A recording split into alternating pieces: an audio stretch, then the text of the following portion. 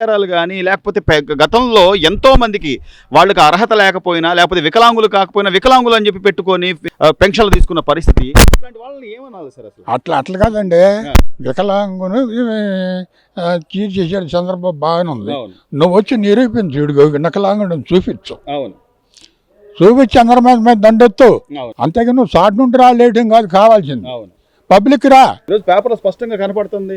అతనికి రెండు చేతులు ఉన్నా కూడా ఒక చెయ్యి ఉన్నట్టుగా నాటకం ఆడటం గానీ. మరి అప్పుడే ఎందుకు ఇయ్యలేవు నువ్వు? అప్పుడు ఎందుకు ఇరా పింఛను? జగన్మోహన్ రెడ్డి గారి హయాంలోనే. అవును, ఆయామంలో ఎందుకు ఇరా తీసుకున్నాడు? ఆయామంలో ఎందుకు ఇరా నువ్వు? అప్పుడు ఇస్తే ఇప్పుడు రద్దు చేస్తే నువ్వు అనొచ్చు. నువ్వు ఇలేదు అప్పుడు. ఇవాళ మా చంద్రబాబు అనే పని ఉంది. ఎలా ఉంది సార్ చంద్రబాబు గారి పరిపాలన? ఎలా ఉందంటారు? చంద్రబాబు పరిపాలన అందరికీ ఆనందంగా ఉందండి. ఎలా అంటారు? ఎలా? ఎందుకు?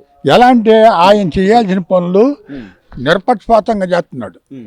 ఏకపక్షపాతంగా చేయట్లా, నిరపక్షపాతంగా చేస్తున్నాడు. పథకాలు అందరికీ వస్తున్నాయి, పార్టీలకు అతీతంగా, కులాలకు అతీతంగా. పార్టీల గురించి ఏం చెప్పట్లేదు అసలు.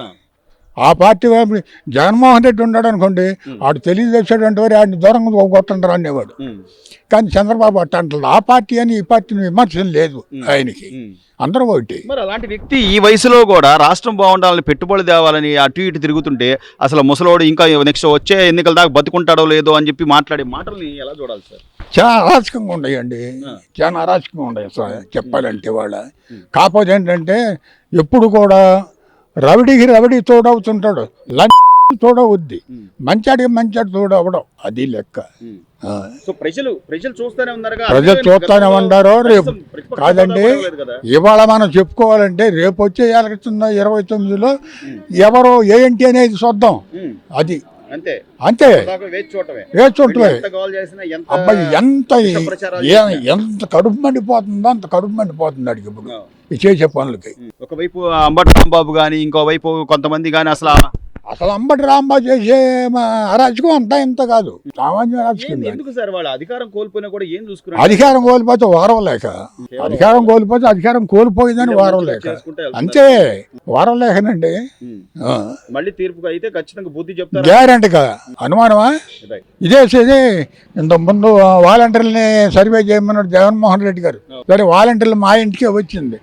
ఏమంటే మీ అభిప్రాయం ఏంటంటే అంది. మీరు ఒకటి ఇటేస్తారు, ఏమన్నా ఆ రోజు చెడు బుద్ధి పెడితే అటు పెడితే చేస్తా కాదండి, మీరు చెప్పాలండి అన్నాడు.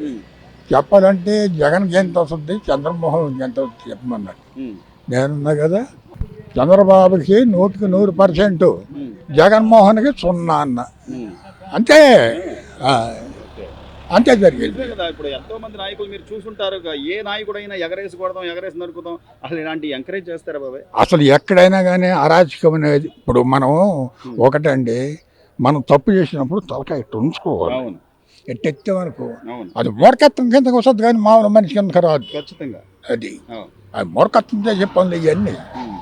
లేకపోతే ఎక్కడ ఎన్ని లంచాలు, ఎక్కడ ఎన్ని కోట్లు, ఎక్కడ ఎన్ని ఇప్పుడు ఆడ సంపాదించింది కదండి కొన్ని 100 కోట్లు. నీకు అనుకూలంగా ఉంటే దానికి ఎలా కావడం, అది నువ్వు చెప్పినట్టు అది చేయటం, నువ్వు సంపాదించుకోవటం. ఇది చాయిరెడ్డి కూడా ఎంత సంపాదించుకున్నాడు ఇప్పుడు. జనాలకు తెలుసు, తెలవకుండా ఎవరికి లేవు. సో పథకాలు ఇస్తున్నారు ఒకవైపు, ఇంకోవైపు అభివృద్ధి చేస్తున్నారు. ఒక రైతుగా సార్, ఈ రోజున కొన్ని వేల ఎకరాల భూములు, 33,000 ఎకరాల భూములు ఇచ్చిన రైతులు ఈరోజు వాళ్ళు ఆనందంగానే ఉన్నారు. అక్కడ పనులు జరుగుతున్నాయి అమరావతి. కానీ వీళ్ళకి ఆనందం లేదు. ఎందుకని అంటారంటే నేను చూస్తే నేను వారలేను, నువ్వు చేసే పని నాకు నచ్చదు, నువ్వు చేసే పని నేను వారలేను. రాష్ట్ర ప్రజల కోసం కదా ఇది, రాష్ట్ర ప్రజల కోసం అంటే కొంతమంది ఇప్పుడు కూడా అడ్డు ఉంటారండి. ఆనాడే విశ్వామిత్రుడు వశిష్ఠుడు భూలోకానికి వస్తా వశిష్ఠుడే మంచం ఎత్తే విశ్వామిత్రుడు దానికి సపోర్ట్ పిచ్చం వేసి కూర్చేవాడు. వశిష్ఠుడు మంచి మిరప ఎత్తే దానికి సపోర్ట్ పిచ్చి మిరప వేసేవాడు. ఇవాళ అన్ని చెట్లు చూడండి, ఎప్పుడైనా సరే మంచి చెట్టు పిచ్చి చెట్టు సపోర్ట్ ఉంటుంది. అదే విధంగా ఉన్న రాజ్యాంగం. ఇప్పుడు చేస్తున్నాడు అనుకోండి పని, ఆడు చేసేవాడికి కృషి చేయి నువ్వు, కానీ నువ్వు చేయట్లేదుగా. ఆయన వెనకలాగాలి, ఆడు చేయడానికి ఏం లేదు. ఆడు చేస్తే ఆడికి పేరు వస్తుంది. అదే ఆ ఉద్దేశంతో ఉంది. అంటే అప్పుడు వాళ్ళు భూములు ఇచ్చింది కానీ, లేకపోతే అసలు నిజంగా అమరావతిలో ఏమాత్రం నీరు లేకపోయినా కూడా అమరావతి మునిగిపోతున్నా, దేశం అంతా మునిగినప్పుడు నువ్వేం చేస్తున్నావు? అమరావతి చెప్తావేంటి? ఒక అమరావతి చెప్తావేంటి? కళ్ళకి కనపడుతుంది, దేశం అంతా కనపడుతుంది. అమరావతి ఎందుకు కనపడుతుంది? మార్పు వచ్చింది ఇప్పుడు.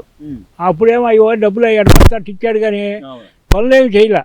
అది నాకు తెలిసిన వరకు. గత ప్రభుత్వంలో కనీసం వాళ్ళ అర్హత లేకపోయినా కూడా అంటే కాలు చెయ్యి ఉన్నా కూడా లేవు అని చెప్పి చాలా మందికి పెన్షన్లు రాయడం అని అట్లాంటివన్నీ ఇప్పుడు ఏరి వేస్తున్నారు. అది మంచిదేనంటారా? అది మామూలుగా ఉన్న వాళ్ళకి ఇవ్వాలి కానీ లేని వాళ్ళకి ఇచ్చేస్తే బాగుంది. వికలాంగులకి ఇవ్వాలి తప్పదు. అది జరిగింది. అంతవరకు చేతులు పక్కకు పెట్టుకొని అవన్నీ చేయకూడదండి. అవి ఎవడైనా చేయకూడదు. చేతులు పక్కకు పెట్టుకుని చేస్తే ఎట్టు కుదిరిద్ది? వాళ్ళు మన ప్రభుత్వం అంటే ఏంది? ఆడేమన్నా మన చెట్టు గాయట్లేదు. వాళ్ళు కూడా కష్టపడి ఎత్తుకొచ్చి మనకి ఇస్తున్నారు. చేతులు పక్కకు పెట్టుకిస్తే ఎట్టు కుదిరిద్ది? అది దాన్ని కూడా వికలాంగులకు పెన్షన్లు తీసేస్తున్నారు అని చెప్పి విష ప్రచారం. అంటే ఎవరైతే అర్హత లేదో వాళ్ళందరికీ కూడా పెన్షన్లు తీసేస్తామని చెప్పారు. మీకు ఏదైనా డౌట్ ని మళ్ళీ నిరూపించుకోండి అని కూడా చెబుతున్నారు. తీసేయట్లేదండి, ఎక్కడ తీసేయట్లేదు. వాళ్ళు పరిశోధన చేసి మళ్ళీ మామూలుగా ఇస్తున్నారు అంతేవరకే కానీ తీసేయటం అనేది ఇప్పుడు చూడాల. అది చంద్రబాబు నాయుడు గారు పరిపాలన ఈ వయసులో కూడా ఆయన పరిపాలన తీరు ఎలా ఉంది? 72 సంవత్సరాలు ఏమో ఉండి ఆయనకు కూడా. మాకు అయినా వచ్చినాయి. అయినా బాగా చేస్తున్నాడు.